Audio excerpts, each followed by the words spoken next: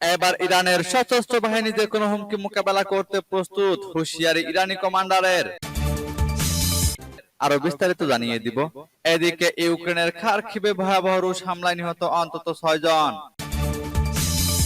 এবার প্রতিরোধ যোদ্ধারা পশ্চিম তীরে ইসরায়েল বিরোধী অভিযান জোরদার করবে, হুঁশিয়ারি হামাসের। এদিকে ইরাকে মার্কিন ও ইরাকি বাহিনী যৌথ অভিযানে 15 জন আইএস সদস্য নিহত। আরো জানিয়ে দিব। এবার হামাসের আরো একজন নেতাকে হত্যার দাবি ইসরায়েলের।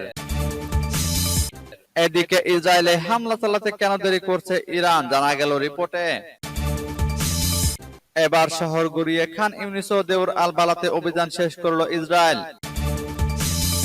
এবং সর্বশেষে জানিয়ে দিব। এদিকে মঙ্গোলিয়া সফরে গিয়ে গ্রেপ্তার হতে পারেন পুতিন, দাবি রিপোর্টে। শুনছিলেন সংবাদ শিরোনাম, এখন বিস্তারিত। তবে তার আগে অনুরোধ থাকবে, এই ভিডিওতে একটি লাইক দিন এবং কমেন্টস করে জানিয়ে দিন আপনি কোন জেলা থেকে বা কোথায় থেকে আমাদের সাথে যুক্ত রয়েছেন, এবং সংবাদের সর্বশেষ গুরুত্বপূর্ণ আপডেট পেতে চ্যানেলটি সাবস্ক্রাইব করে আমাদের সঙ্গেই থাকুন। ইরানের সশস্ত্র বাহিনী যে কোনো হুমকি মোকাবেলা করতে প্রস্তুত, হুঁশিয়ারি কমান্ডারের। ইরানের সেনাবাহিনীর নিজস্ব প্রযুক্তিতে তৈরি আকাশ প্রতিরক্ষা ব্যবস্থা দিয়ে নিজের আকাশ সীমা রক্ষা করতে সম্পূর্ণ প্রস্তুত রয়েছে বলে জানিয়েছেন একজন সিনিয়র সেনা কমান্ডার। ইরানের পশ্চিম অঞ্চলীয় আকাশ প্রতিরক্ষা অঞ্চলের কমান্ডার ব্রিগেডিয়ার আলী আসাদি শুক্রবার তেহরানে এক বক্তব্যে এ প্রত্যয় জানান। তিনি বলেন, দেশের আকাশ প্রতিরক্ষা বাহিনী প্রতিরক্ষা মন্ত্রণালয়ের সহযোগিতায় সাম্প্রতিক বছরগুলোতে নিজের প্রয়োজনীয় সব ব্যবস্থা ও সরঞ্জাম উৎপাদন করতে সক্ষম হয়েছে। তিনি বলেন, দেশীয় প্রযুক্তি ব্যবহার করে সকল রাডারকে হয় অত্যাধুনিক করা হয়েছে অথবা পুনরায় উৎপাদন করা হয়েছে।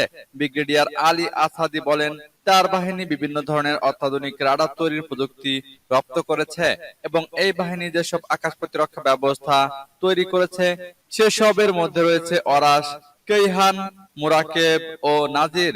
তিনি বলেন, যে কোনো ফ্রিকোয়েন্সিতে এসব রাডার কাজ করে এবং এগুলো দেশের আকাশ সীমায় কোনো উড়ন্ত বস্তুকে অনুপ্রবেশের অনুমতি দেয়। ইরানের সশস্ত্র বাহিনী যে কোনো হুমকি মোকাবেলা করার জন্য সম্পূর্ণ প্রস্তুত রয়েছে বলেও তিনি ইরানের শত্রুদের হুঁশিয়ার করে দিয়েছেন, সূত্র পার্স টুডের।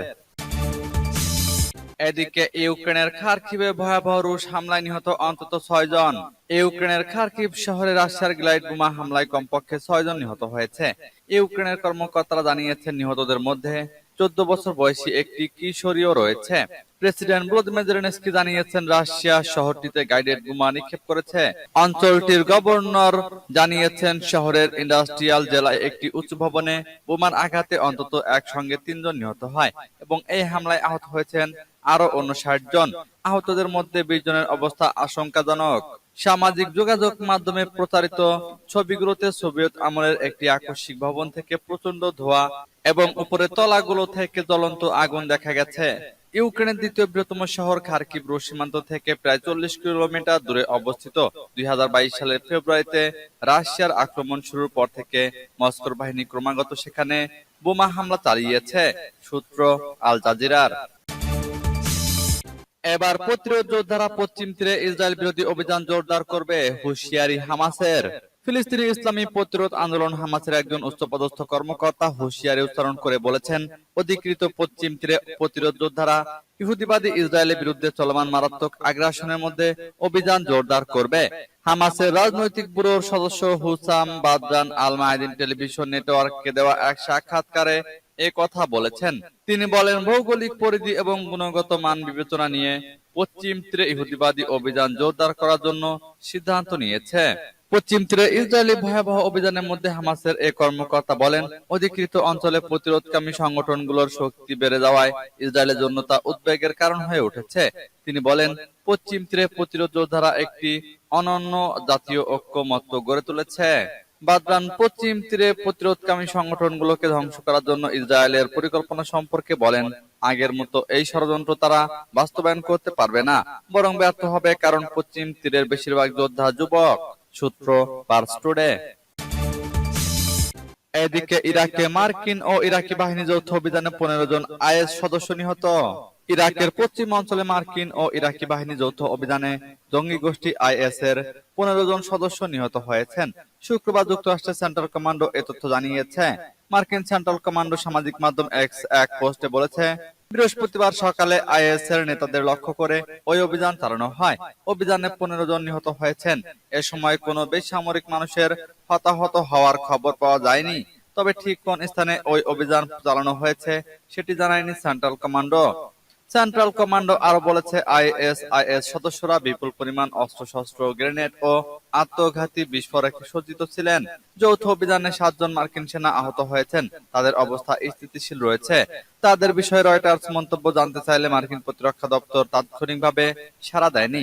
এদিকে যুক্তরাষ্ট্রের সামরিক বাহিনী বরাত দিয়ে বার্তা সংস্থা অ্যাসোসিয়েটেড প্রেস জানায়, যৌথ অভিযানে 7 জন মার্কিন সেনা আহত হয়েছেন। তাদের অবস্থা স্থিতিশীল রয়েছে। আহত সেনাদের বিষয়ে রয়টার্স মন্তব্য জানতে চাইলে মার্কিন প্রতিরক্ষা দপ্তর তাৎক্ষণিকভাবে সাড়া দেয়নি।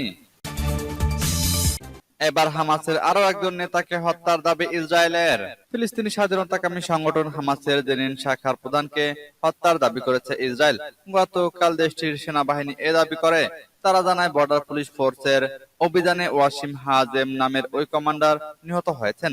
ইসরায়েলের অভিযোগ, পশ্চিম তীরে দখলদারের উপর বোমা ও বন্দুক হামলায় জড়িত ছিলেন তিনি। ওয়াসিমকে হত্যার একটি ভিডিও ফুটেজও প্রকাশ করেছে ইসরায়েল। এ সময় হামাসের আরো 2 সদস্যকেও হত্যার দাবি করে তারা। গত কয়েকদিন ধরেই সন্ত্রাস বিরোধী অভিযানের নামে পশ্চিম তীরে তাণ্ডব চালাচ্ছে ইসরায়েলি সেনারা। পাশাপাশি যুদ্ধ বিমান, ড্রোন ও বুলডোজার দিয়ে ফিলিস্তিনিদের উপর বর্বরতাও চলছে। এদিকে ইসরায়েলে হামলা চালাতে কেন দেরি করছে ইরান, জানালো রিপোর্টে।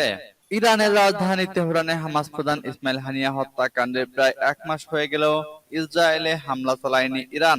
মধ্যপ্রাচ্য ভিত্তিক বিভিন্ন গণমাধ্যম বলছে, তেল আবিবে হামলা চালালে পাল্টা আঘাত, নিজেদের ব্যাপক ক্ষয়ক্ষতির আশঙ্কায় ইরানি প্রশাসনকে সতর্ক করেছেন। গেল 31 জুলাই তেহরানে নিহত হন হামাস প্রধান ইসমাইল হানিয়া।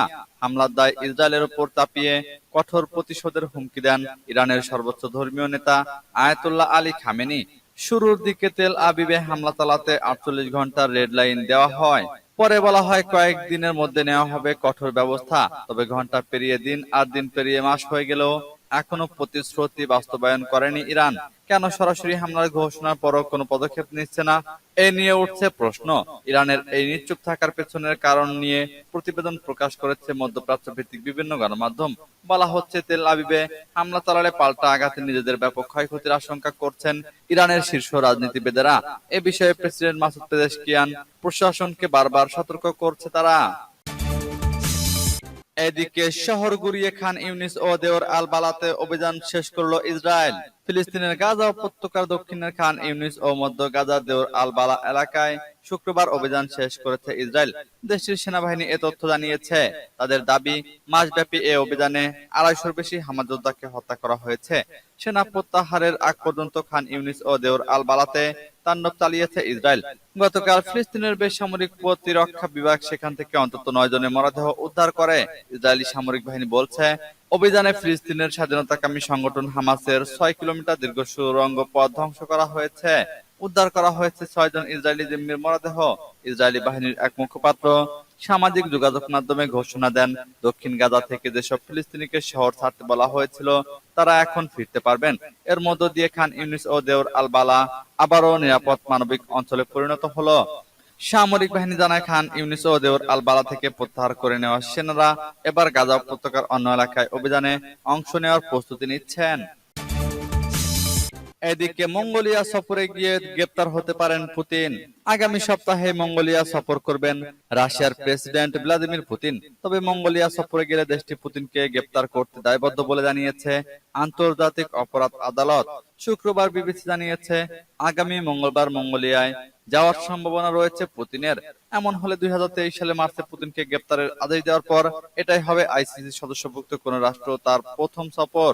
আন্তর্জাতিক অপরাধ আদালত পুতিনকে যুদ্ধ অপরাধের জন্য অভিযুক্ত করেছেন। এই অভিযোগের বিষয়ে বলা হয়েছে, 2022 সালের ফেব্রুয়ারিতে ইউক্রেনের সঙ্গে যুদ্ধ শুরুর পর দেশটি থেকে অসংখ্য শিশুকে বেআইনিভাবে রাশিয়ায় নিয়ে যাওয়ায় দায় রয়েছে পুতিনের। এ অবস্থায় পুতিনের সম্ভাব্য সফরকে সামনে রেখে তাকে গ্রেপ্তারের বিষয়টি মঙ্গোলিয়াকে বারবার স্মরণ করিয়ে দিচ্ছে ইউক্রেন। তবে পুতিন দপ্তর ক্রেমলিন বলছে, এই সফর নিয়ে তাদের কোনো উদ্বেগ নেই।